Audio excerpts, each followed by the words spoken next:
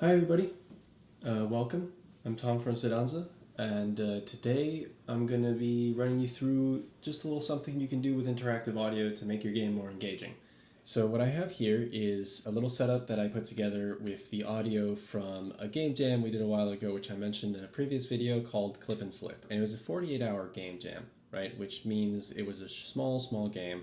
And the basic premise of the game was that you're sort of like skating around and you have these mobs chasing you, and you have to build up speed to eventually, when you reach a max speed, be able to ram into these mobs and defeat them.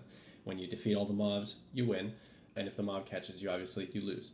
So we wanted to reflect this build in intensity as you build speed, and so we set up these four different layers. We have a base layer, and then we have a couple tracks on each of the other layers that add a little bit of intensity to the same music. So this keeps playing as this sort of fades in, and the way we make everything fade in according to the intensity is we actually set up in Unity, based on the speed. They have a meter just from 0 to 80, which is just to make the number simple.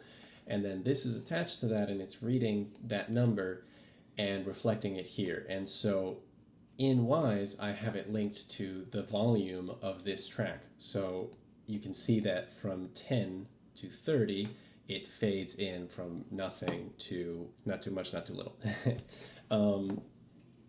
And then when we go to layer 2, you'll see that it requires a little more intensity to get started, and when we go to layer 3, the same thing applies.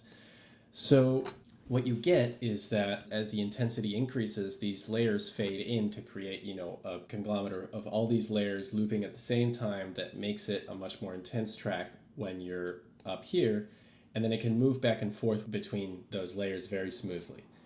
Now, unfortunately, I can't show you the Unity project, and if you go see the game, you won't hear this because, like I said, a 48-hour jam, so the code didn't quite turn out right, and unfortunately, it's not something you can hear. However, I am more than glad to show you in the software right here. And before I do, I just wanted to say that if you like this stuff and are interested in what we do, you can check out our links in the description below. And please do check out our website. We do all sorts of audio for interactive media. And if you're interested in working with us, please get in touch. So now, without further ado, I'll set the intensity to 0 and see how this sounds.